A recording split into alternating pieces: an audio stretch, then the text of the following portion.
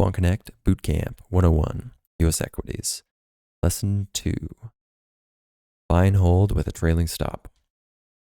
In this lesson, we'll explore how to use a trailing stop to control the risk of an open position and plot the price of your stops to visualize it triggering. You'll learn how to use the order event system to track when the order is triggered.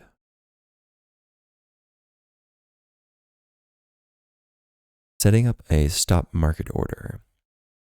Request asset data. In Initialize, we set up our algorithm as usual using set cache, set start date, and set end date. We can also request our asset data with the add equity method.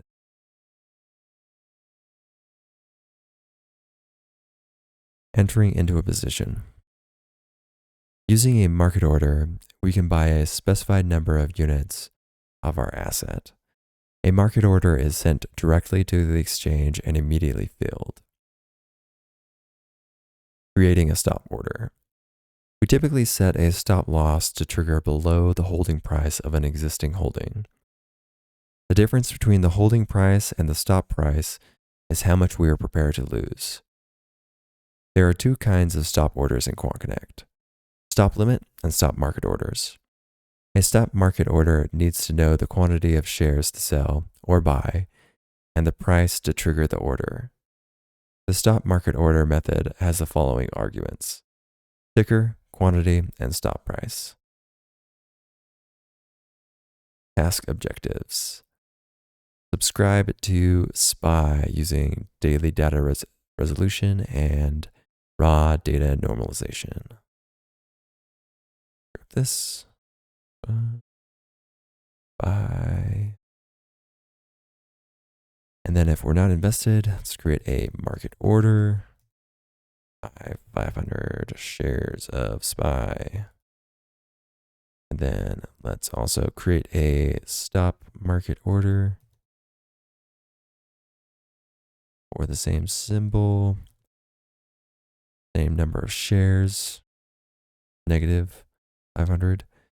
Then for 90% of SPY's closing price, which is securities SPY.close.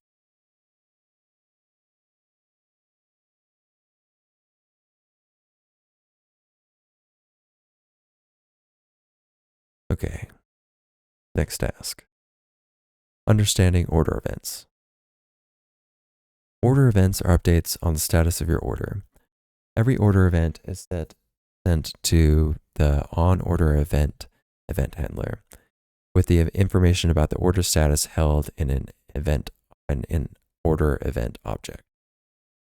The order event object has a status property with the order status enum values submitted, partially filled,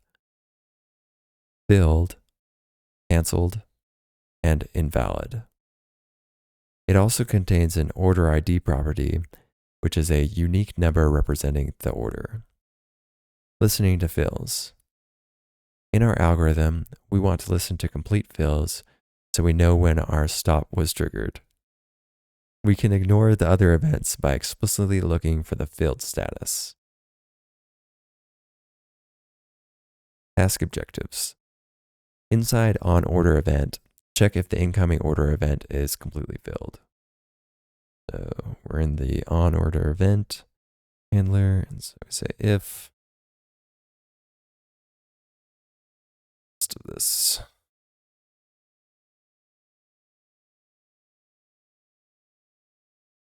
If the order event dot status equals order status dot filled, we're going to save the last order event, the current event, and we're going to debug the last order dot.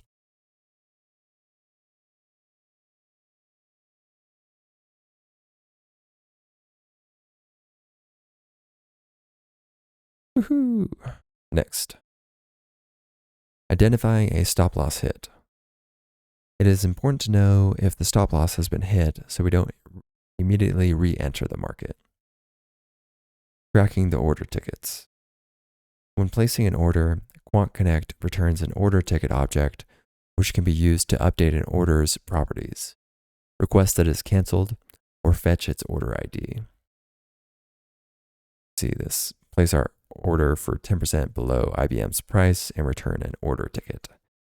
Note that M is required at the end if IBM price is a decimal value.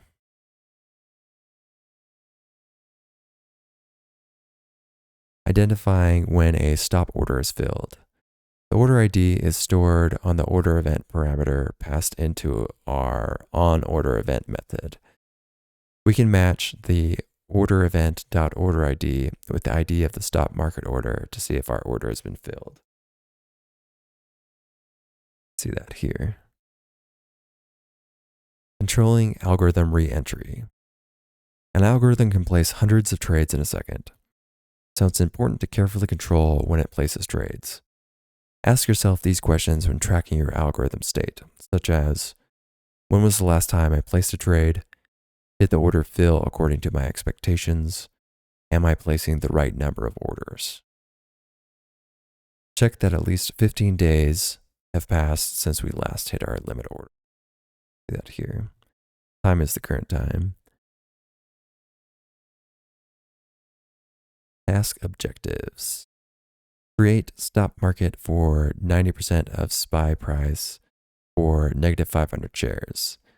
Save the order ticket returned from the stop market order call to the class variable stop market ticket. Do that.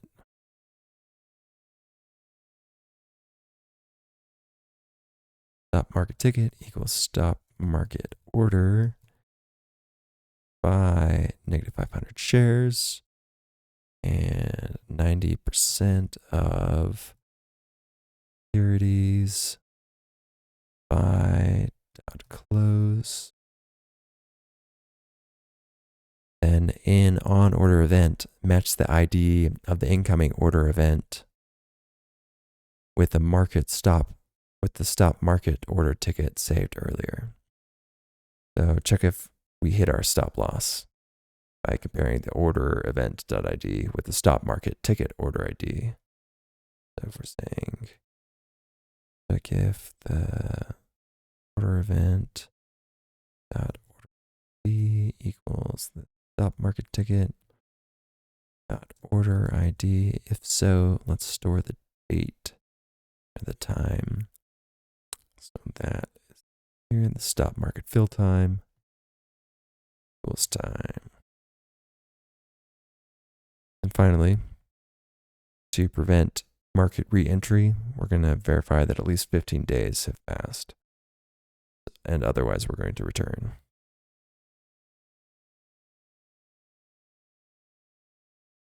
If time minus stop market fill time days less than 15, return.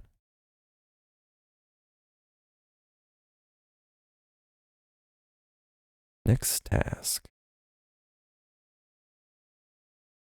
Creating a trailing stop loss. By updating a stop's trigger price as the market moves, we can, in theory, lock in profits and capped downside risk. This transforms our static risk management into a dynamic one. Updating orders. Orders which are not filled immediately can be updated using their order ticket. To update an order, you create an update order fields object, which contains all properties you'd like to change. To update the stop price of a given order ticket, we invoke orderTicket.update, like so. Task. In on data, we will check the current SPY close price and compare it to the highest close price since we opened our order. If it's higher, we will move our stop market order price up by updating the order ticket we saved earlier. So first, check if the current price of SPY is higher than the highest SPY price.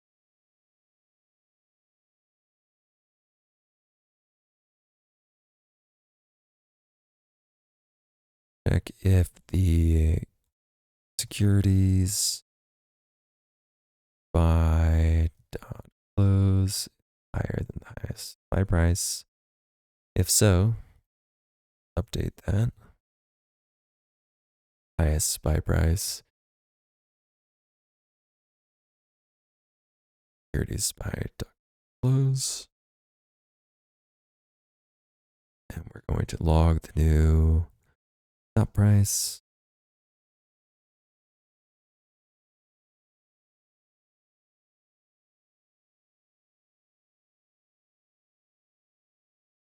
Next task. Visualizing the stop levels.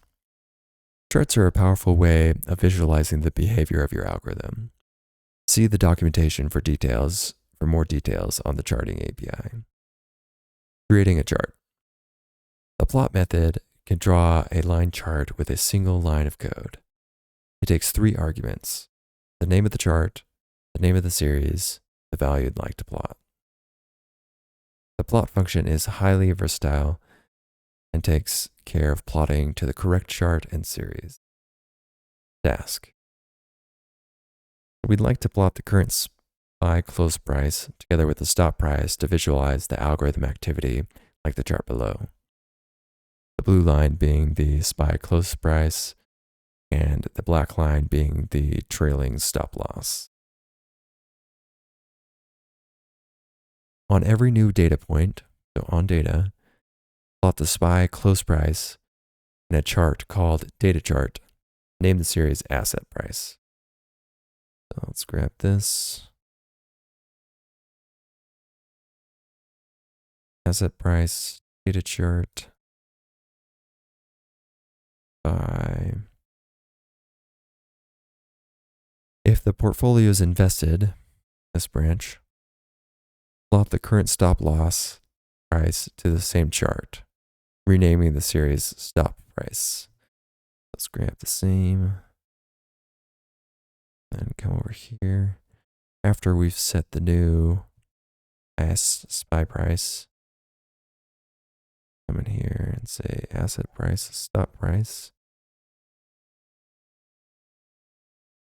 Yeah.